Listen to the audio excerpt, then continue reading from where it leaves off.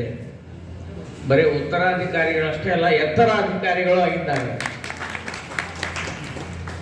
ಆ ಧ್ವನಿ, ಆ ಆನಂದ, ಆ ಸ್ವರ ಏನಿದೆ ಅದು ಒಬ್ಬರಿಂದ ಒಬ್ಬರಿಗೆ ಬರೋದು ಕಷ್ಟ. ಹೇಳಿದ್ರು, ಪಂಡಿತರಾದ ತಂದೆ ಪಂಡಿತರಾದರೆ ಮಕ್ಕಳಿಗೆ ಬರ್ತದೆ ಅಂತಿಲ್ಲ, ತಂದೆ ಡಾಕ್ಟರ್ ಆದರೆ ಮಗ ಡಾಕ್ಟರ್ ಆಗ್ತಾನಂತಿಲ್ಲ. ಆದರೆ ಆ ಗಲಗಲಿ ಆಚಾರ್ಯರ ನಾದ ಅದು ಯಾಕೆ ಬಂತು ಅನ್ನೋದಕ್ಕೆ ಒಂದು ಸಣ್ಣ ಮಾತನ್ನು ಹೇಳ್ತೇನೆ. ಗಲಗಲಿ ಆಚಾರ್ಯರ ತಾಯಿ ಪಂಡರಾಪುರದ ವಿಠ್ಠಲನ ಸೇವೆ ಮಾಡಿ ಆ ವಿಠ್ಠಲನ ಅನುಗ್ರಹದಿಂದ ಅವರು ಜನಿಸಿದ್ದರಿಂದ ಅವರಿಗೆ ಅದೇ ಹೆಸರಿಟ್ಟಿದ್ದಾರೆ ನಮ್ಮ ಗುರುಗಳಿಗೆ. ನಿಮಗೆಲ್ಲ ಗೊತ್ತು, ಅದು ದೇವರ ನಾಮ ಅಂತ ಹೇಳ್ತೇನೆ ಅಷ್ಟೇ. ಪಂಡರೀನಾಥಾಚಾರ್ಯ ಗಲಗಲಿಯವರು. ಒಮ್ಮೆ ಇನ್ನೊಬ್ಬ ವಿದ್ವಾಂಸರು ಗದಗಿನಲ್ಲಿದ್ದರು, ನಿಮಗೆಲ್ಲ ಗೊತ್ತಿದೆ, ಜಾಲಿಹಾಳ ಕೇಶವಾಚಾರ್ಯರು ಅಂತ. ಅವರೊಂದು ಮಾತು ಹೇಳಿದರು, ಪಂಡರೀನಾಥ ಪ್ರಸಿದ್ಧ ಆಗಿದ್ದಿಲ್ಲ, ಈ ಪಂಡರನಾಥಾಚಾರ್ಯ ಬಂದ ಮೇಲೆ ಪಂಡರನಾಥ ಪ್ರಸಿದ್ಧ ಆದ ಅಂತ. ಅಂದರೆ ಆ ಥರ ದೇವರ ಹೆಸರು ಬೆಳಕಿಗೆ ಬಂತು ಅನ್ನೋದನ್ನು ಅವರು ವರ್ಣನೆ ಮಾಡ್ತಾರೆ. ಅವರು ಕೂಡ ದೊಡ್ಡ ವಿದ್ವಾಂಸರೇ. ಅಂತಹ ಆಚಾರ್ಯರಿಗೆ ಆ ನಾಮ ಏನಿಟ್ಟಿದ್ರು, ವಿಠ್ಠಲನ ನಾಮ, ಅದು ಸಾರ್ಥಕ ಆಯಿತು ಅಂತ ಆಮೇಲೆ ನನಗೆ ಅನಿಸ್ತು. ಬಹಳ ಜನ ಗಲಗಲಿ ಆಚಾರ್ಯರ ಶೈಲಿನೇ ಒಂದು ಬೇರೆ. ನಿಮಗೆಲ್ಲ ಗೊತ್ತು, ಯಾರು ಉಪನ್ಯಾಸ ಮಾಡ್ತಾರೆ ಅಂತ ಹೇಳೋದು ಬೇಕೇ ಆಗಿಲ್ಲ. ಯಂ ಬ್ರಹ್ಮ ವರುಣ ಇಂದ್ರ ರುದ್ರ ಮರುತಃ ಅಂತ ಬಂತಂದ್ರೆ ಅದು ಗಲಗಲಿ ಆಚಾರ್ಯ ಬಂದಾರ ಅಂತಲೇ ಲೆಕ್ಕ. ಅದ್ರಾಗ ನಮ್ಮ ಬೇರೆ ವಿಚಾರ ಇಲ್ಲ. ಈ ಧ್ವನಿ, ಈ ಕಂಠ ಯಾಕೆ ಬಂತು ಅಂದರೆ, ಮೂರು ಬ್ರಹ್ಮರು ನಮ್ಮಲ್ಲಿ. ಒಂದು ಕಾಂಚನ ಬ್ರಹ್ಮ, ಇನ್ನೊಬ್ಬರು ಅನ್ನಬ್ರಹ್ಮ, ಮುಂದಿನವರು ನಾದಬ್ರಹ್ಮ. ಈ ಮೂರು ಬ್ರಹ್ಮ ಇಟ್ಟುಕೊಂಡು ಭಗವಂತ ಅವತಾರ ಮಾಡಿ ಕಲಿಯುಗದಲ್ಲಿ ನಮಗೆ ಕಾಣಿಸ್ತಾ ಇದ್ದಾರೆ. ತಿರುಪತಿ ವೆಂಕಟರಮಣ ಕಾಂಚನ ಬ್ರಹ್ಮ, ಉಡುಪಿಯ ಕೃಷ್ಣ ಅನ್ನಬ್ರಹ್ಮ, ಪಂಡರಾಪುರದ ವಿಠ್ಠಲ ನಾದಬ್ರಹ್ಮ. ಈ ನಾದಬ್ರಹ್ಮ ಸಂಗೀತಗಾರರಿಗೆ ಒಲವು ಬರ್ತಾನೆ ಅಂತ ನಾವು ಕೇಳ್ತೇವೆ. ಯಾರಾದರೂ ಸಂಗೀತ ಹಾಡಿದರೆ ಈ ದಾಸ ಪರಂಪರೆಗೆ ವಿಠ್ಠಲ ಅಂಕಿತ ಬೇಕಲ್ಲ, ಎಲ್ಲರಿಗೂ ಅಂಕಿತ ಇರ್ತದೆ. ಆ ಅಂಕಿತವನ್ನು ನಮಗೆ ಮಧ್ವಾಚಾರ್ಯರಿಂದ ಬಂದದ್ದು. ಇವತ್ತು ಪುರಂದರದಾಸರ ಆರಾಧನೆ ದಿವಸ ನಾವು ನೆನಪು ಮಾಡ್ಕೊಳ್ಬೇಕಾದ್ದೇನು ಅಂದರೆ, ಈ ದಾಸ ಪರಂಪರೆಯ ಮೂಲ ಎಲ್ಲಿದೆ ಅಂತ ನಾವು ನೋಡಿದರೆ, ಮಧ್ವಾಚಾರ್ಯರು ವಂದಿತಾಶೇಷ ವಂದ್ಯೋರು ವೃಂದಾರಕಂ ಚಂದನ ಚರ್ಚಿತೋ ದಾರಪೀನಾಂಸಕಂ ಇಂದಿರಾ ಚಂಚಲ ಅಪಾಂಗನಿ ರಾಜಿತಂ ಮಂದರೋದ್ಧಾರಿ ವೃತ್ತೋದ್ವಿಜಾ ಭೋಗಿನಂ ಪ್ರೀಣಯಾಮೋ ವಾಸುದೇವಂ ದೇವತಾಮಂಡಲ ಖಂಡಮಂಡಲಂ. ಕೊನೆಯ ನುಡಿ ಅಕ್ಷಯಂ ಕರ್ಮ ಯಸ್ಮಿನ್ ಪರೇ ಸ್ವರ್ಪಿತಂ ಪ್ರಕ್ಷಯಂ. ಈ ಪ್ರಾಸ ಏನದಲ್ಲ, ಪ್ರಾಸ ವಂದಿತಾಶೇಷ ವಂದ್ಯೋರು ವೃಂದಾರಕಂ. ಎರಡನೇ ಅಕ್ಷರ ನೋಡಬೇಕು, ದಕಾರನೇ ಬರ್ತದೆ. ವಂದಿತಾಶೇಷ ವಂದ್ಯೋರು ವೃಂದಾರಕಂ ಚಂದನ ಚರ್ಚಿತೋ ದಾರಪೀನಾಂಸಕಂ ಇಂದಿರಾ ಚಂಚಲ ಪಾಂಗನಿ ರಾಜಿತಂ ಮಂದರೋದ್ಧಾರಿ ವೃತ್ತೋದ್ಭುಜಾ ಭೋಗಿನಂ ಅಕ್ಷಯಂ ಕರ್ಮ ಯಸ್ಮಿನ್ ಪರೇ ಸ್ವರ್ಪಿತಂ ಪ್ರಕ್ಷಯಂ. ನಾನು ಬಹಳ ಹೇಳೋದಿಲ್ಲ, ಗೊತ್ತಾಯ್ತು ನಿಮ್ಗೆ. ಎರಡನೇ ಅಕ್ಷರ ಪ್ರಾಸ ಅಂತ ಮಧ್ವಾಚಾರ್ಯರನ್ನು ಹೇಳಿ ದ್ವಾದಶ ಸ್ತೋತ್ರದ 12 ಅಧ್ಯಾಯಗಳಲ್ಲಿ ಆನಂದ ತೀರ್ಥ ಅಂತ ಅಂಕಿತ ಇಟ್ಟಿದ್ದಾರೆ. ಅಂದರೆ ಅಂಕಿತ ಇಟ್ಟುಕೊಂಡು ದೇವರ ನಾಮವನ್ನು ರಚನೆ ಮಾಡಬೇಕು ಅಂತ ಮೊಟ್ಟ ಮೊದಲು ತೋರಿಸಿದವರು ಶ್ರೀಮದಾನಂದ ತೀರ್ಥ ಭಗವತ್ಪಾದಾಚಾರ್ಯರು. ಅವರ ಪರಂಪರೆಯಿಂದ ಬಂದ ನರಹರಿ ತೀರ್ಥರೇ ಮೊದಲಾದವರಿಂದ ಬಂದಂತಹ ಈ ಪರಂಪರೆ ದಾಸ ಸಾಹಿತ್ಯ. ಅಲ್ಲಿ ಸಂಗೀತ ಇದೆ, ಸಾಹಿತ್ಯ ಇದೆ. ದಾಸ ಸಾಹಿತ್ಯ ಅಂತ ಎಲ್ಲಿ ಬರ್ತದೋ ಅಲ್ಲಿ ಎರಡನ್ನು ನೆನಪಿಟ್ಕೊಳ್ಬೇಕು. ಒಂದು ಸಂಗೀತ, ಮತ್ತೊಂದು ಸಾಹಿತ್ಯ. ಕೇವಲ ಸಾಹಿತ್ಯ ಅಲ್ಲ, ಕೇವಲ ಸಂಗೀತ ಅಲ್ಲ. ಕೇವಲ ಸಂಗೀತ ಶಾಸ್ತ್ರೀಯ ಸಂಗೀತ. ಕೇವಲ ಸಾಹಿತ್ಯ ಉಳಿದವರು ನೋಡ್ತೇವೆ, ಭಕ್ತಿ ಬಿಟ್ಟು ಇರತಕ್ಕಂಥ ಸಾಹಿತ್ಯ, ಅದನ್ನು ಸಾಹಿತ್ಯ ಅಂತ ನಾವು ಕರೀತೇವೆ. ಆದರೆ ಭಕ್ತಿ ಸಹಿತವಾದ ಸಾಹಿತ್ಯವನ್ನು ಎಲ್ಲಿಯಾದರೂ ರಚನೆ ಮಾಡಲಿಕ್ಕೆ ಹೋದರೆ ಕೇವಲ ಸಾಹಿತ್ಯ ಓದುಗರಿಗೆ ಬೇಕಾದದ್ದಲ್ಲ, ಅದು ಗಬ್ಬ ಹಾಡಬೇಕು ಅನ್ನೋದನ್ನು ತಂದಿದ್ದಾರೆ. ಅದಕ್ಕಾಗಿ ನಮ್ಮ ಗಲಗಲಿ ಆಚಾರ್ಯ ಹೇಳ್ತಿದ್ರು, ಪುರಂದರದಾಸರ ಆರಾಧನೆ ನಮ್ಮೂರಿಗೆ ಕರೆಸಿದ್ವಿ. ಅವ್ರು ಹೇಳಿದ್ರು, ಹಾಡು ನುಡಿಯಲ್ಲಿ ಆಡು ನುಡಿಯಲ್ಲಿ ಅಂತ ಹೇಳ್ತಿದ್ರು. ಹಾಡು ನುಡಿಯಲ್ಲಿ ದಾಸರು ತಂದಿದ್ದಾರೆ, ಹಾಡು ನುಡಿಯಲ್ಲಿ ತಂದಿದ್ದಾರೆ, ಆಡು ನುಡಿಯಲ್ಲಿ ನಮ್ಮ ಆಡು ಭಾಷೆಯಲ್ಲಿ ತಂದಿದ್ದಾರೆ ಅವರು. ಅಂದರೆ ತಿಳಿಯೋದಿಲ್ಲ. ಈಗ ದೊಡ್ಡ ದೊಡ್ಡ ಶಬ್ದಗಳು ಪ್ರಯೋಗ ಮಾಡಿ ಪ್ರವಚನ ಮಾಡಿಬಿಟ್ರೆ ನಮಗೆ ತಿಳಿಯೋದೇ ಇಲ್ಲ, ಶಬ್ದಗಳು ಅರ್ಥ ಆಗೋದಿಲ್ಲ. ಅದಕ್ಕಾಗಿ ನಮಗೆ ಪರಿಚಿತವಾದ ಶಬ್ದಗಳಿಂದಲೇ ಪುರಂದರದಾಸರು ವೇದಾಂತ ಉಪನಿಷತ್ತುಗಳ ಸಾರವನ್ನು ತಂದುಕೊಟ್ಟಿದ್ದಾರೆ ಅಂತ ದಾಸ ಸಾಹಿತ್ಯವನ್ನು ನಾವು ನೋಡ್ತಾ ಇದ್ದೇವೆ. ಆದರೆ ನಾನೇನು ಹೇಳೋದೇನೆಂದರೆ, ಈ ದಾಸರಿಗೆ ವಿಠ್ಠಲ ಅಂತ ಅಂಕಿತ ಬಂತು, ನಾದ ಬ್ರಹ್ಮ ನಾದದಿಂದ ಹಾಡಿದ್ದಾರೆ. ಆದರೆ ಪಂಡಿತ ವರ್ಗದಲ್ಲಿ, ಸಂಸ್ಕೃತ ವಿದ್ವಾಂಸರಲ್ಲಿ ವಿಠಲನ ಹೆಸರಿಟ್ಟುಕೊಂಡು ನಾದವನ್ನ ಕಂಡುಕೊಂಡವರು ಅಂದ್ರೆ ಗಲಗಲಿ ಆಚಾರ್ಯರು ಬಿಟ್ಟರೆ ಮತ್ತೆ ಯಾರು ಇಲ್ಲ ಅಂತ ನನ್ನ ಕಲ್ಪನೆ. ಯಾಕಂದ್ರೆ ಆ ಧ್ವನಿ ಏನಿದೆ ಅದರ ಮಾಧುರ್ಯ ಅದನ್ನು ಕೊಟ್ಟರು. ಅಂತಹ ಗಲಗಲಿ ಆಚಾರ್ಯರ ಗಲ ಗಲಿ ಅಂತ ನಾವು ಹೇಳ್ತೇವೆ. ಗಲ ಅಂದ್ರೆ ಕಂಠ, ಅದರಿಂದ ಗಲಿತ ಅಂದ್ರೆ ಬಿದ್ದದ್ದು, ಗಲದಿಂದ ಬಂದದ್ದು ಎಲ್ಲಿ ಅಂದ್ರೆ ಇಲ್ಲಿ ಬಂದಿದೆ. ಆ ಗಲಿ ಅನ್ನುವಂತಹ ಹೆಸರು ಇವರ ಕಂಠದಲ್ಲಿ ಬಂದಿದೆ. ಅಂತಹ ಗೋಪಿನಾಥಾಚಾರ್ಯ ಗಲಗಲಿಯವರು ನನಗೆ ಗುರುಪುತ್ರರು ಹೌದು, ಗುರುಬಂಧುಗಳು ಹೌದು, ಮತ್ತು ನನಗೆ ಪಾಠ ಹೇಳಿದ ಗುರುಗಳು ಹೌದು. ನನಗೆ ಅಣ್ಣ ಅಂತ ಹೇಳಿದರೆ ಅದಕ್ಕಿಂತ ದೊಡ್ಡ ಶಬ್ದ ಯಾವುದೂ ಇಲ್ಲ. ಅಂತಹ ಪ್ರೀತಿಯಿಂದ ನನಗೆ ವಿದ್ಯೆಯನ್ನು ಕೊಟ್ಟು ಪ್ರೀತಿಯನ್ನು ಮಾಡಿ ಅಂತಃಕರಣದಿಂದ ಈ ಆಧ್ಯಾತ್ಮ ಕ್ಷೇತ್ರಕ್ಕೆ ನನ್ನೊಂದು ಜೀವನ ಆಗಿತ್ತು. ವಿಚಿತ್ರ ಆಗಿಬಿಟ್ಟಿತ್ತು. ರಾಯಚೂರಲ್ಲಿ LMD ಕಾಲೇಜಿನಲ್ಲಿ PUC ಓದ್ತಾ ಇದ್ದೆ. LMD ಕಾಲೇಜಲ್ಲಿ ಸೈನ್ಸ್ ಓದ್ತಾ ಇದ್ದೆ. ಸೈನ್ಸ್ ಓದಬೇಕಾದ್ರೆ ನಮಗೆ ಹತ್ತಲಿಲ್ಲ, ಅದು ಸೈನ್ಸ್ ವಿಜ್ಞಾನ ನಮ್ಮ ತಲೆಗೆ ಹತ್ತಲಿಲ್ಲ. ಕೊನೆಗೆ ಅದನ್ನು ಬಿಟ್ಬಿಡ್ಬೇಕಂತ ನಿರ್ಣಯ ಮಾಡಿದೆ. ನಮ್ಗೆ ಯಾವ್ದು ಹತ್ತೋದಿಲ್ಲ ಅದನ್ನು ಬಿಟ್ಬಿಡೋದು, ಯಾವ್ದು ಹತ್ತೋದಿಲ್ಲ ಅದನ್ನು ಬಿಟ್ಬಿಡ್ಬೇಕು. ಇದು ಜೀವನದಾಗ ಎಲ್ಲರೂ ಕಲಿಬೇಕು. ನಮ್ಗೆ ಯಾವ್ದು ಹತ್ತಂಗಿಲ್ಲ ಬಿಟ್ಬಿಡ್ಬೇಕು, ಸುಮ್ಮನೆ ದೂರಿಂದ ಬಿಡ್ಬೇಕು ಅಷ್ಟೇ. ಹತ್ತಲಿಕ್ಕೆ ಅಂತೇಳಿ ಒದ್ದಾಡಿ ಮಂದಿನ ಪ್ರಾಣ ತಿಂದು ಎಲ್ಲ ಮಾಡಬಾರ್ದು. ಬೇಂದ್ರೆಯವ್ರ ಹತ್ರ ಅವನೊಬ್ಬ ಕವನ ಬರ್ಕೊಂಡು ತೋರಿಸಿದ. ಅವ್ರು ಹಿಂಗೆ ನೋಡಿದ್ರೆ ಹಂಗೆ ಕೊಟ್ಬಿಟ್ರು. ಅವ ಅಂದ, ಕಷ್ಟಪಟ್ಟು ಬರ್ದೇನ್ರಿ, ಹಂಗ ನೋಡಿ ಹಿಂಗ ಕೊಟ್ಬಿಟ್ರಲ್ಲ, ನಿನಗೆ ಬರೀಲಿಕ್ಕೆ ಅಷ್ಟು ಕಷ್ಟ ಆದ್ರೆ ಓದ್ಲಿಕ್ಕೆ ನನಗೆ ಎಷ್ಟು ಕಷ್ಟ ಆಗ್ತಂದ್ರೆ ಅಂತ. ಹಂಗಾಗಿ ಮಂದಿ ಕಷ್ಟ ಕೊಡ್ಲಿಕ್ಕೆ ನಾವು ಕಷ್ಟಪಡಬಾರ್ದು, ಸರಳವಾಗಿದ್ದನ್ನು ಮಾಡಬೇಕು ಅಂತ ನಾನು ನಿರ್ಣಯ ಮಾಡಿದೆ. ಅಷ್ಟರಲ್ಲಿ ಗಲಗಲಿ ಆಚಾರ್ಯರು ಸಿಕ್ಕಿದ್ದಾರೆ. ನಮ್ಮ ಕಲ್ಲೂರು ಲಕ್ಷ್ಮೀದೇವಿಯ ಸನ್ನಿಧಾನದೊಳಗೆ ಆಚಾರ್ಯರು ನನ್ನನ್ನು ತಮ್ಮ ಉಡಿಯೊಳಗೆ ಹಾಕೊಂಡ್ಬಿಟ್ರು. ಇದು ನಮ್ಮ ಕೂಸು, ನಾನು ತಗೊಂಡು ಹೋಗ್ತೀನಿ ಅಂತ ನಮ್ಮ ತಂದೆಯವರಿಗೆಲ್ಲ ಹೇಳಿ ಕರ್ಕೊಂಡು ಹೋಗಿ ಅದೇ ರೀತಿ ಅವರು ವಿದ್ಯೆಯನ್ನು ಕೊಟ್ಟು ನನಗೆ ಅನುಗ್ರಹವನ್ನು ಮಾಡಿ ಕಳಿಸಿದ್ದಾರೆ. ಅಂತಹ ಅವರ ಉಪಕಾರವನ್ನು ನಾವು ಯಾವ ಜನ್ಮಾಂತರದಲ್ಲೂ ತೀರಿಸಲಿಕ್ಕೆ ಸಾಧ್ಯ ಇಲ್ಲ. ಅಂತಹ ಗುರುಗಳ ಪುತ್ರರಾಗಿ ನಾವು ಆಮಂತ್ರಣ ಕೊಟ್ಟದ್ದಕ್ಕೆ ಬಂದು ಇಲ್ಲಿ ಇಷ್ಟು ಹೊತ್ತಿನವರೆಗೆ ಅವರ ಸರಸವಾದ ಕಂಠದಿಂದ ಮತ್ತು ಸರಸವಾದ ಮಾತುಗಳಿಂದ ಮತ್ತು ಅನೇಕ ಬಹಳ ನನಗೆ ಅವರಿಗೆ ಅವರ ಉಪನ್ಯಾಸ ಕೇಳಿದಾಗ ನನಗೆ ಅನಿಸ್ತು ಏನಂದರೆ, ಬಹಳ ಈ ನಾವು ತಾಯಿಯಿಂದ ನೋಡ್ತೀವಲ್ಲ ಭಾಳ ಕಷ್ಟ ಆಗ್ತದೆ ಅವ್ರಿಗೆ. ನಾನು ಭಾಳ ಕಷ್ಟಪಟ್ಟಿದ್ದೀನಿ. ಯಾಕಂದರೆ ಈ ಬ್ರಾಹ್ಮಣರಿಗೆ ಒಂದೊಂದು ಸಮಸ್ಯೆ ಅದ. ಮನೆಯೊಳಗೆ 3 ದಿವಸ ಹೊರಗೆ ಕುತ್ಕೊಳ್ಳಿ ಅಡಿಗೆ ಮಾಡ್ಬೇಕು. ನೋಡ್ರಿ, ಅಡಿಗೆ ಮಾಡಬೇಕು, ಅನಿವಾರ್ಯ, ಅದು ಕಲೀಲೇಬೇಕು ಎಲ್ಲರೂ. ಏನು ಎಲ್ಲಿಂದ ತಂದುಕೊಡ್ಲಿಕ್ಕೆ ಬರುವುದಿಲ್ಲ, ಮನೆಗೆ ಮಾಡ್ಬೇಕಾಗ್ತದೆ. ಆ 3 ದಿವಸ ನಾವು ಅಡಿಗೆ ಮಾಡಿದಾಗ ನಮ್ಮ ಹೊಟ್ಟೆ ತುಂಬಿಸ್ಲಿಕ್ಕೆ ಅವ್ರು ಎಷ್ಟು ಕಷ್ಟಪಡ್ತಾರೆ ಅಂತ ತಿಳ್ಕೊಳ್ಬೇಕಾದ್ರೆ ನಾವು 3 ದಿವಸ ಸಾಕ್ರಿ. ನಾವು ಜೀವನದೊಳಗೆ 3 ದಿವಸ ಸಾಕು, ಮತ್ತೇನು ಬೇಕಾಗಿಲ್ಲ. ಅಷ್ಟು ಮಾಡಿ ನೋಡಿ ಹೊರಗೆ ಗೊತ್ತಾಗ್ಬಿಡ್ತದೆ ನಮ್ಗೆ. ಅಡಿಗೆ ಮನೆ ಅಡಿಗೆ ಆಗಿಬಿಟ್ಟಿರ್ತದೆ. 4ನೇ ದಿವಸ ಅವ್ರ ಕಡೆ ಬಯಸ್ಕೋಬೇಕು ನಾವು. ಇದೆಲ್ಲರಿಗೂ ಗೊತ್ತಿದ್ದು ಅನುಭವ. ಒಂದು ಸಣ್ಣ ವಿಷಯ ಇದು, ಆದರೆ ಜೀವನದ ತುಂಬ ನಮಗೆ ಬೆನ್ನೆಲುವಾಗಿ ನಿಂತುಕೊಂಡ ಸ್ತ್ರೀಯರ ಬಗ್ಗೆ ನಮ್ಮ ಗೋಪಿನಾಥಾಚಾರ್ಯ ಮಾಡೋದು ನೋಡಿದರೆ ಯಾಕೆ ಅವ್ರಿಗೆ ಹಂಗೆ ಬಂತು ಅಂದರೆ, ತಮ್ಮ ತಾಯಿ ಕಷ್ಟಪಟ್ಟದ್ದನ್ನು ನೋಡಿದರು, ಪ್ರತ್ಯಕ್ಷವಾಗಿ ನೋಡಿದ್ದಾರೆ. ಅಂದರೆ ಒಬ್ಬ ವಿದ್ವಾಂಸರ ಹಿಂದೆ ಆ ತಾಯಿ ಪಡುವ ಕಷ್ಟ, ಅಂದರೆ ಅವ್ರ ಹೆಂಡತಿ ಪಡುವ ಕಷ್ಟ. ಅದಕ್ಕೆ ಹೆಂಡತಿ ಸಂತತಿ ಸಾವಿರವಾಗಲಿ ದಂಡಿಗೆ ಬೆತ್ತ ಹಿಡಿಸಿದಳಯ್ಯ, ಆದದ್ದೆಲ್ಲ ಒಳ್ಳೆಯದೇ ಆಯಿತು ಅಂತ ಪುರಂದರದಾಸರು ಸ್ತ್ರೀಯರ ಬಗ್ಗೆ ಆಡಿದ ಮಾತು, ಮೊಟ್ಟ ಮೊದಲನೆಯ ಮಾತು ಪುರಂದರದಾಸರಿಂದ ಹಾಡುಗಳಲ್ಲಿ ಮೊಟ್ಟ ಮೊದಲನೆಯ ಹಾಡು ಬಂದದ್ದು ಮಾತೆಯರಿಗೋಸ್ಕರವಾಗಿ, ಆ ಹೆಂಡತಿಗೋಸ್ಕರವಾಗಿ ಬಂದದ್ದು. ಅಂದರೆ ಹೆಂಡತಿ ಸಂತತಿ ಸಾವಿರವಾಗಲಿ ಅಂತ ಹೇಳಿದ್ದಾರೆ.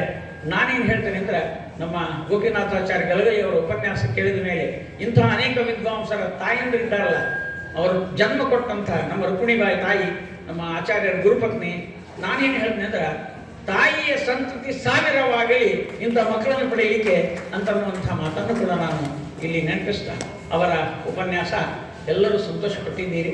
ಮತ್ತು ಇದರಲ್ಲಿ ನಾನು ಮಾತಾಡುವಂಥದ್ದೇನಿಲ್ಲ, ಆದರೂ ಕೂಡ 1-2 ಮಾತುಗಳನ್ನು ಇಲ್ಲಿ ಆಗಲೇಬೇಕು.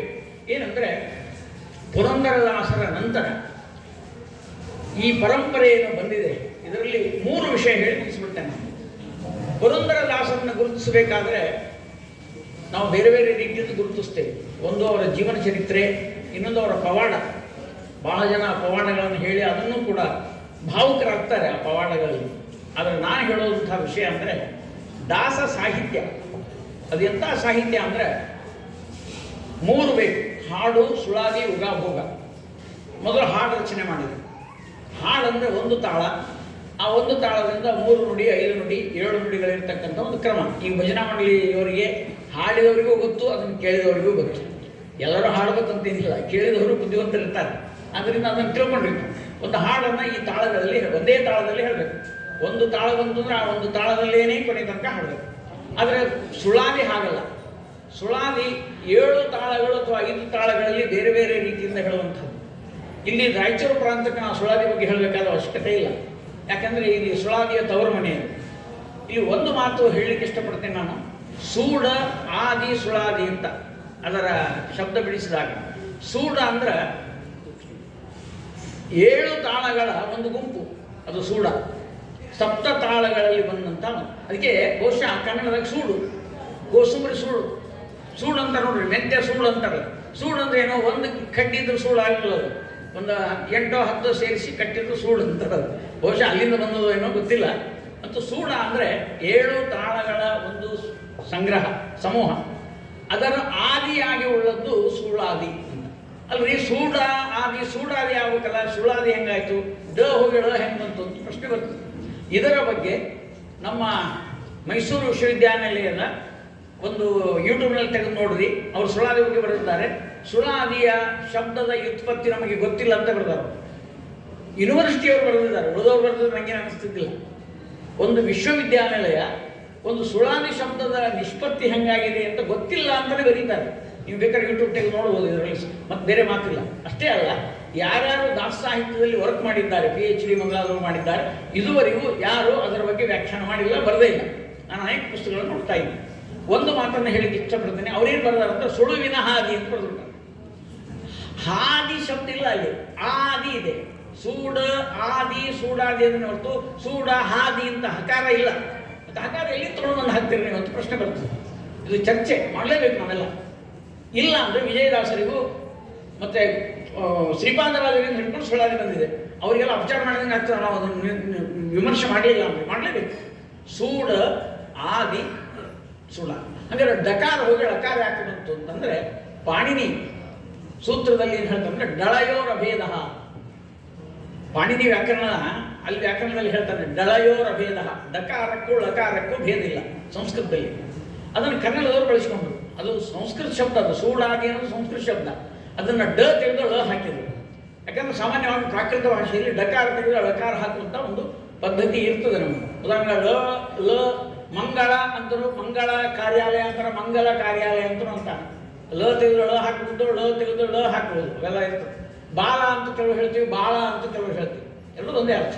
ಹೀಗೆಲ್ಲ ಅನೇಕ ಶಬ್ದಗಳು. ಇನ್ನು ನಿಮ್ಗೆ ಗೊತ್ತಾಗೋಂಗೆ ಹೇಳ್ಬೇಕಂದ್ರೆ, ಸಣ್ಣ ಮಕ್ಕಳಿಗೆ ನೀವು ಬ್ಯಾಲ ಅನ್ಸರಿ, ಅವೇನಂತಾವ ಬ್ಯಾಲ ಅಂತ.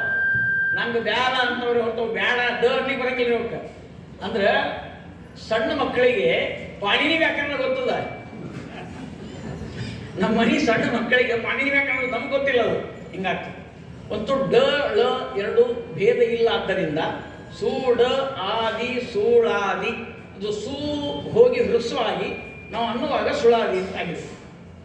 ಇದು ಪಾಣಿನಿ ವ್ಯಾಕರಣ ಸಂಸ್ಕೃತ ಓದೋರಿಗೆ ಗೊತ್ತಾಗ್ತದೆ ಹೊರತು ಉಳಿದವ್ರಿಗೆ ಗೊತ್ತಾಗೋದಿಲ್ಲ. ಅದಕ್ಕೆ ರಿಸರ್ಚ್ ಮಾಡುವವರಿಗೆ ಇದು ಪದ್ಧತಿ ಅದು ಗೊತ್ತಾಗಿಲ್ಲ. ಕನ್ನಡ ಓದುವವರಿಗೆ ಸಂಸ್ಕೃತ ಬರದೇ ಇರೋದರಿಂದ ಅವರು ಈ ಅಂಶವನ್ನು ಉಲ್ಲೇಖ ಮಾಡಲೇ ಇಲ್ಲ ಯಾರೂ ಕೂಡ. ಇದೆಲ್ಲ ವಿಚಾರ ಮಾಡಿದಾಗ ಸುಳಾದಿ ಮತ್ತು ಉಗಾಭೋಗ. ಉಗಾಭೋಗ ಅಂದರೆ ಉದ್ಗ್ರಾಹ ಅಂತ ಒಂದು ಕ್ರಮ, ಆಭೋಗ ಅಂತ ಒಂದು ಕ್ರಮ.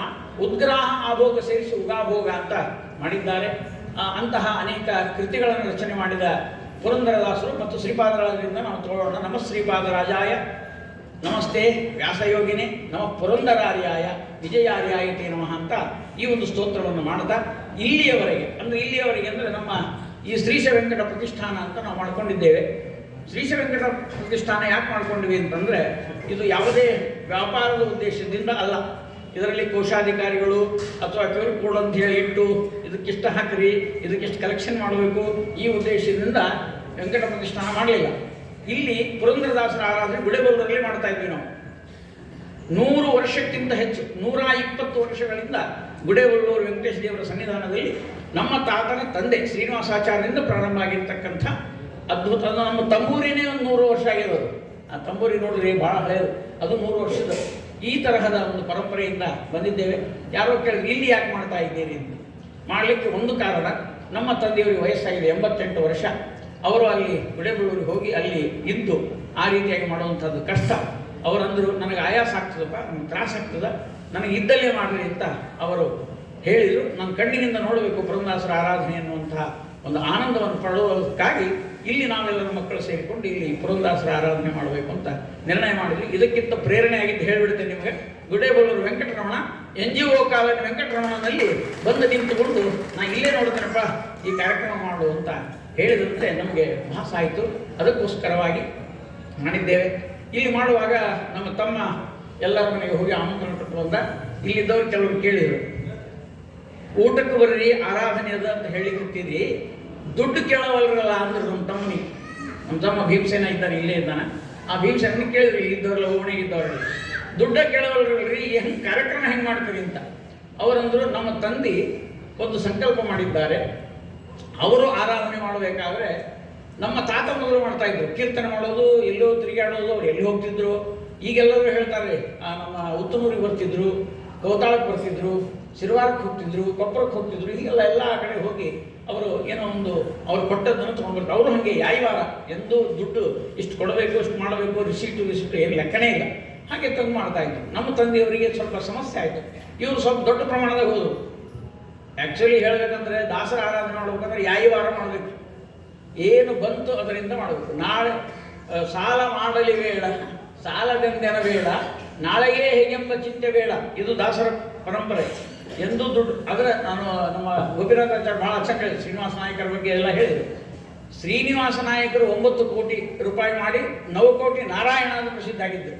ಈಗೇನು ಪರಿಸ್ಥಿತಿ ಬಂದಂದ್ರೆ ಪುರಂದಾಸರ ಆರಾಧನೆ ಮಾಡಿ 9 ಕೋಟಿ ಮಾಡೋಣ ಅಂತ ವಿಚಾರ ಮಾಡುವಂಥ ಜನ ಈಗ. ಯಾರು ತಪ್ಪು ತಿಳ್ಕೊಳ್ಬಾರ್ದು. ಆರಾಧನೆ ಆದ ತಕ್ಷಣ ಮುಂದೆ ಕಮಿಟಿಯವರು ಕೂತಿರ್ತಾರೆ, ಈ ವರ್ಷ ಎಷ್ಟು ಕಲೆಕ್ಷನ್ ಆಗಿ ಬ್ಯಾಂಕ್ನಾಗ ಬಿದ್ದದಂತ. ಬ್ಯಾಂಕಿನಾಗ ಇಡೋದಾದ್ರೂ ಆ ದಾಸರ ಆರಾಧನೆ ಅಲ್ಲ. ಇವತ್ತು ಬಂದದ್ದು ಇವತ್ತು ಖಾಲಿಯಾಗಿ ಮನೆಗೆ ನಾವು ಖಾಲಿ ಕೈಯಿಂದ ಹೋಗಬೇಕು, ಅದು ಆರಾಧನೆ ಅಂತ ನಾವು ನಂಬಿಕೊಂಡು ಬಂದದ್ದು. ಅದು ಬೇರೆಯವ್ರನ್ನ ಟೀಕೆ ಮಾಡ್ಲಿಕ್ಕೆ ಹೇಳ್ತಾ ಇಲ್ಲ, ನಮ್ಮ ನಂಬಿಕೆ, ನಮ್ಮ ಶ್ರದ್ಧೆಗೆ ನಾನು ಹೇಳ್ತಾ ಇದ್ದೇನೆ. ಬೇರೆಯವರಿಗೆ ಯಾರಿಗೂ ಅದನ್ನು ವಿಚಾರ ಇಟ್ಟುಕೊಳ್ಳಬಾರ್ದು ಅಂತ ಈಗ ನಾವು ಪುರಂದರದಾಸರ ಆರಾಧನೆ ಮಾಡ್ತಾ ಇದ್ದೀವಿ, ಇನ್ನೂ ಬೇರೆಯವರು ಪುರಂದರದಾಸನೆ ಮಾಡ್ತಾ ಇದ್ದಾರೆ. ನಿಮ್ಗೆ ಆಶ್ಚರ್ಯ ಆಗ್ಬೋದು, ನಮ್ಮದು ಬಹಳ ಆದರೆ ಒಂದು 10,000, 20,000, 50,000 ಖರ್ಚು ಮಾಡಿರ್ಬೋದು. ಈಗಿನ ಅದರ 1 ಕೋಟಿ ರೂಪಾಯಿ ಖರ್ಚು ಮಾಡಿ ಖಾಲಿ ಮಾಡಿಕೊಂಡು ಹೋಗುವಂಥ ಪುರಂದರದಾಸರ ಆರಾಧನೆ ಮಾಡುವವರು ಇದ್ದಾರೆ. ನಿಮಗೆ ಹೆಸರು ಹೇಳಬೇಕು ಅಂದರೆ ರಾಮಚಂದ್ರಾಚಾರ್ಯ ಮೈಸೂರವರು ಕಲೆಕ್ಷನ್ ಮಾಡಿದ್ದನ್ನು ಎಲ್ಲವೂ ದಾನ ಮಾಡಿ, ಧರ್ಮ ಮಾಡಿ, ಊಟಕ್ಕೆ ಹಾಕಿ ಮನೆಗೆ ಖಾಲಿ ಕೈಯಿಂದ ಮತ್ತೆ ಬಾಡಿಗೆ ಮನೆಗಳಿಗೆ ಹೋಗುವಂತಹ ಪುರಂದರದಾಸರ ಆರಾಧನೆ ಮಾಡುವ ವ್ಯಕ್ತಿ ಮೈಸೂರು ರಾಮಚಂದ್ರಾಚಾರ್ಯ. ಅವರ ಲೆಕ್ಕಕ್ಕೆ ನೋಡಿದರೆ ನಮ್ಮದೇನು ಅಲ್ಲ, ಆದರೂ ಕೂಡ ಅದಕ್ಕೆ ಗುರು ಪುರಂದರ ದಾಸರೇ ನಿಮ್ಮ ಚರಣ ಕಮಲವ ನಂಬಿದೆ, ಗರ್ವರಹಿತನ ಮಾಡಿ ಎನ್ನನು ಪರೆವ ಭಾರವು ನಿಮ್ಮದೇ ಅಂತ ನಂಬಿ ಬಂದಂಥ ನಾವು ಯಾರನ್ನು ಏನು ಕೇಳಲಿಲ್ಲ, ಯಾರಿಗೂ ಧನದ ಸಹಾಯ ಬೇಡಲಿಲ್ಲ. ಆದರೆ ಅವರೇ ಭಕ್ತಿಯಿಂದ ಅವರು ಏನು ಬರ್ತಾರೆ ಜೋಳಿಗೆ ಅಂತ ಹೇಳ್ಕೊಂಡು ಹೋಗಿದ್ವಿ, ಅದನ್ನು ಮಾಡಿದ್ದಾರೆ. ಅದಕ್ಕಾಗಿ ಸಹಕಾರ ಮಾಡಿದ ಎಲ್ಲರಿಗೂ ಕೂಡ ನಾನು ಅಭಿನಂದನೆ ಹೇಳೋದಕ್ಕಿಂತ ಪುರಂದರ ದಾಸರ ಆಶೀರ್ವಾದ ಅವರ ಮನೆಯಲ್ಲಿ ಆಗಿ ಅವರು ನಿರಂತರವಾಗಿ ಭಕ್ತಿ, ಜ್ಞಾನ, ವೈರಾಗ್ಯಗಳನ್ನು ಪಡೆಯಲಿ ಅಂತ ನಾನು ಪುರಂದರದಾಸರಲ್ಲಿ ಪ್ರಾರ್ಥನೆ ಮಾಡ್ತೇನೆ. ಅದಕ್ಕಿಂತ ಅಭಿನಂದನೆ ಹೇಳುವ ಪ್ರಸಂಗ ಇನ್ನೊಂದಿಲ್ಲ ಅಂತ ಹೇಳ್ತಾ, ಜೊತೆಗೆ ನಮ್ಮ ತಂದೆಯವರು 88 ವರ್ಷ ನಿರಂತರವಾಗಿ, ನಾನು ಒಂದು ಮಾತು ಹೇಳಿಕ್ಕೆ ಇಷ್ಟಪಡ್ತೇನೆ. ನಮ್ಮ ತಂದೆ ಏನು ಒಂದು ಶಕ್ತಿ ಇಟ್ಕೊಂಡಿದ್ದಾರಲ್ಲ, ವಿಲ್ ಪವರ್ ಅಂತ ನೋಡ್ರಿ. 88 ವರ್ಷ ಆದರೆ ಇಷ್ಟೊತ್ತಾದರೂ ಹಿಂಗೆ ಕೂತ್ಕೊಂಡು ಕೇಳ್ತಾ ಇದ್ದಾರೆ. ನನಗಿಲ್ಪ ನಾನು ಹೋಗಿ ಮಾಡ್ಕೊತೀನಿ ಅಥವಾ ನೀವು ಕಾರ್ಯಕ್ರಮ ಮಾಡಿರಿ, ಆಮೇಲೆ ಬರ್ತೀನಿ, ಕೊನೆಗೆ ಕೊಡ್ತೀನಿ, ಏನೂ ಇಲ್ಲ. ಇಷ್ಟು ಉತ್ಸಾಹದಿಂದಿದ್ದಾರೆ ಅಂದರೆ ಅವರಿಂದಲೇ ಈ ಪುರಂದರದಾಸರ ಆರಾಧನೆ ನಡೆದಿದೆ ಹೊರತು ನಾವು 3 ಮಂದಿ ಮಕ್ಕಳು ಏನೇನೂ ಮಾಡಿಲ್ಲ. ಈ ಕಾರ್ಯಕ್ರಮದಲ್ಲಿ ನಮ್ದೇನೂ ಇಲ್ಲ ಅಂತ ನಾನು ಸ್ಪಷ್ಟವಾಗಿ ಹೇಳ್ತೇನೆ. ಎಲ್ಲ ಅವರ ಆಶೀರ್ವಾದ. ಗುಡೆಗಳು ರಾಘವೇಂದ್ರಾಚಾರ್ಯರು, ಗುಡೆಗಳು ರಂಗಾಚಾರ್ಯರು ಅಂತ ಅವ್ರ ತಮ್ಮ ಇದ್ದರು, ಅವರು ಕೂಡ ಇದಕ್ಕೆಲ್ಲ ಮೊದಲು ಸಹಕಾರ ಮಾಡಿದ್ರು. ಅದೇ ರೀತಿಯಾಗಿ ನಮ್ಮ ತಂದೆಯವರು ಕೂಡ ಇದನ್ನು ಮಾಡ್ತಾ ಇದ್ದಾರೆ. ಇನ್ನೂ ಒಂದು ವಿಶೇಷ ಅಂದರೆ, ಸಾಮಾನ್ಯವಾಗಿ ನಾನು ಎಲ್ಲ ಕಡೆ ಹೇಳೋದು ಮಾತು ಹೇಳ್ತಿರ್ತೇನೆ. ಏನಾಗ್ತದೆ ಅಂದರೆ, ನಮ್ಮ ಸಮಾಜ, ಬ್ರಾಹ್ಮಣ ಸಮಾಜದಲ್ಲಿ ನಾವೆಲ್ಲರೂ ಬ್ರಾಹ್ಮಣರು, ಬೇರೆಯವರಿಗೆ ನಾವು ಆದರ್ಶ ವ್ಯಕ್ತಿಗಳು, ಅಗ್ರಜನ್ಮ ಅಂತ ಹೆಸರು ನಮಗೆ ಸಮಾಜದಲ್ಲಿ. ಅಗ್ರಜನ್ಮ, ನಾವು ಮೊದಲನೇ ಜನ್ಮ ಪಡೆದವರು, ನಾವೆಲ್ಲ ಭೂಸುರರು ಅಂತಾರೆ, ನಮಗೆ ನಡೆದಾಡುವ ದೇವತೆಗಳು ಅಂತಂತಾರೆ. ನನಗೇನು ಅನಿಸೋದು, ನಮ್ಮ ದೆವ್ವಾಗಿ ಕೂತೀವಿ ಅಂತ ಅನಿಸ್ತಿರ್ತದೆ, ಅದು ಬೇರೆ ವಿಷಯ. ಭೂಸುರ ಅಂದರೆ ಯಾಕೆ ಬಂತು ನಮಗಂದರೆ, ನಾವು ಬೇರೆಯವರಿಗೆ ಮಾರ್ಗದರ್ಶಕರು. ಉದಾಹರಣೆಗೆ ಪುರಂದರದಾಸರಿಂದ ಕನಕದಾಸರು ಮತ್ತು ಈ ಎಲ್ಲ ಕುರುಬರಾಗಿ ಇರ್ತಕ್ಕಂಥ ಕನಕದಾಸರು ಕೂಡ ಈ ದಾಸ ಸಾಹಿತ್ಯಕ್ಕೆ ಕೊಡುಗೆ ಕೊಟ್ಟಿದ್ದಾರೆ. ಒಬ್ಬರು ಕುರುಬರು, ಈ ಮುಸಲ್ಮಾನರು ಒಬ್ಬರು ಯಾರೋ ರಾಮನ ಅಂಕಿತದಿಂದ ಮಾಡಿದವರಿದ್ದಾರೆ. ಹೀಗೆ ಜಾತಿ, ಮತ, ಪಂಥ ದಾಟಿ ದಾಸ ಸಾಹಿತ್ಯ ತನ್ನ ಕೊಡುಗೆಯನ್ನು ಕೊಟ್ಟಿದೆ, ಕಾಂಟ್ರಿಬ್ಯೂಷನ್ ಭಾಳ ಕೊಟ್ಟಿದೆ. ಆದರೆ ನಾನು ಇಲ್ಲಿ ಹೇಳಕ್ಕಂಥ ವಿಷಯ ಏನಂದರೆ, ನಾವೆಲ್ಲ ಏನು ಮಾಡ್ತಾ ಇದ್ವಿ ಅಂತ ಒಂದೊಂದು ಸಲ ನೋವು ಅನಿಸ್ತದೆ ನನಗೆ. ನಾವು ದೊಡ್ಡ ದೊಡ್ಡ ಕಟ್ಟಡಗಳ ನಿರ್ಮಾಣ ಮಾಡ್ತೀವಿ, ಪ್ರತಿಷ್ಠಾನಗಳ ನಿರ್ಮಾಣ ಮಾಡ್ತೀವಿ, ಕನಕಪೀಠ, ಪುರಂದರ ಪೀಠ ಹೀಗೆಲ್ಲ ಮಾಡ್ತಾ ಇದ್ದಾರೆ. ಎಷ್ಟೋ ಜನ ದಾಸ ಸಾಹಿತ್ಯದ ಕಾರ್ಯಕ್ರಮಗಳಿಂದ ಯೋಜನೆಗಳನ್ನು ಹಾಕುವವರಿದ್ದಾರೆ. ಆದರೆ ಸಾಹಿತ್ಯದ ಕೆಲಸ ಎಲ್ಲೂ ಆಗ್ತಾ ಇಲ್ಲ. ಸಾಮಾನ್ಯವಾಗಿ ಅಷ್ಟು ಹೆಚ್ಚು ವರ್ಕ್ ಆಗ್ತಾ ಇಲ್ಲ. ಆ ದೃಷ್ಟಿಯಿಂದ ನೋಡಿದಾಗ ಸಾಹಿತ್ಯದ ಕೆಲಸ ಅಂದರೆ ಎರಡು ಥರದ ಕೆಲಸ ಆಗಬೇಕು. ಒಂದು ಹಿಂದೆ ಬರೆದ ಹಾಡುಗಳ ವಿಮರ್ಶೆ, ಸಂಶೋಧನೆ ಆಗಬೇಕು. ಇಂಥ ಸಂಶೋಧನೆ ಕಾರ್ಯಗಳನ್ನು ಮಾಡುವವರಲ್ಲಿ ಇವತ್ತು ನಾನು ಇಲ್ಲಿ ಒಬ್ಬರ ಹೆಸರು ಹೇಳ್ತೇನೆ. ನಮ್ಮ ಕೋಟಿ ಸೇತುಮಲ್ಲಾಚಾರ್ಯರು ಸಂಶೋಧನೆ ಮಾಡುವಲ್ಲಿ ತಮ್ಮ ಇಡೀ ಜೀವನವನ್ನು ಅಲ್ಲಿ ತೊಡಗಿಸಿಕೊಂಡಿದ್ದಾರೆ. ಅವ್ರನ್ನ ನಾವು ಇವತ್ತು ನಾನು ಮುಕ್ತ ಮನಸ್ಸಿಂದ ಹೇಳ್ತಾ ಇದ್ದೇನೆ. ಈ ರೀತಿ ತಮ್ಮ ಜೀವನವನ್ನು ಸಂಶೋಧನೆಗಾಗಿ ಇಟ್ಟುವವರು ಬಹಳ ಕಡಿಮೆ. ಒಂದನೇದು. ಎರಡನೇದು, ದಾಸ ಸಾಹಿತ್ಯಕ್ಕೆ ನಾವು ನಮ್ಮನ್ನು ಅರ್ಪಿಸಿಕೊಂಡಿದ್ದೇವೆ ಅಂದರೆ ಅಂಕಿತ ಪಡೆದು ಹಾಡು ಮಾಡುವುದು ಒಂದು ಕರ್ತವ್ಯ ಇರ್ತದೆ. ಹಾಡು ರಚನೆ ಮಾಡುವುದು. ಆ ರಚನೆ ಮಾಡುವ ವಿಷಯದಲ್ಲಿ ಗುಡೆಬೆಳೂರು ರಾಘವೇಂದ್ರಾಚಾರ್ಯರು, ನಂತರ ನಮ್ಮ ತಂದೆಯವರು ಪ್ರಸನ್ನ ಭೂರಮಣ ಅಂತ ಅಂಕಿತ ಇಟ್ಟುಕೊಂಡು ಇವತ್ತು ಹಾಡು ಬರೆದಿದ್ದಾರೆ. ಅಂದರೆ ಪುರಂದರದಾಸರ ಕಾಲದ ಈ ದೃಶ್ಯವನ್ನು ಇವತ್ತು ಈ ದಾಸರು, ಪ್ರಸನ್ನ ಭೂರಮಣ ದಾಸರು ಕೂಡ ಇವತ್ತು ಇದ್ದುಕೊಂಡು ಈ ಕಾರ್ಯವನ್ನು ನಡೆಸ್ತಾ ಇದ್ದಾರೆ ಅಂತಂದರೆ ಇದು ಕೂಡ ಈ ಪರಂಪರೆ ಮುಂದುವರೆದಿದೆ ಅಂತ ನಾವು ನೋಡ್ತೇವೆ. ಹೇಗೆ ಗಲಗಲಿ ಆಚಾರ್ಯರ ನಂತರ ನಾವೆಲ್ಲ ಶ್ಲೋಕ ರಚನೆ, ನಮ್ಮ ಗೋಪಿನಾಥಾಚಾರ್ಯರು ಕೂಡ ಶ್ಲೋಕ ಹೇಳ್ತಾ ಇರ್ತಾರೆ. ಅವರು ರಚನೆ ಮಾಡಬೇಕು ಅಂತ ಭಾಳ ಆಸೆ ಇದೆ, ಮಾಡಿದ್ದಾರೆ. ಕೆಲವು ಅವ್ರು ಹೇಳಿಲ್ಲ ಅಷ್ಟೇ.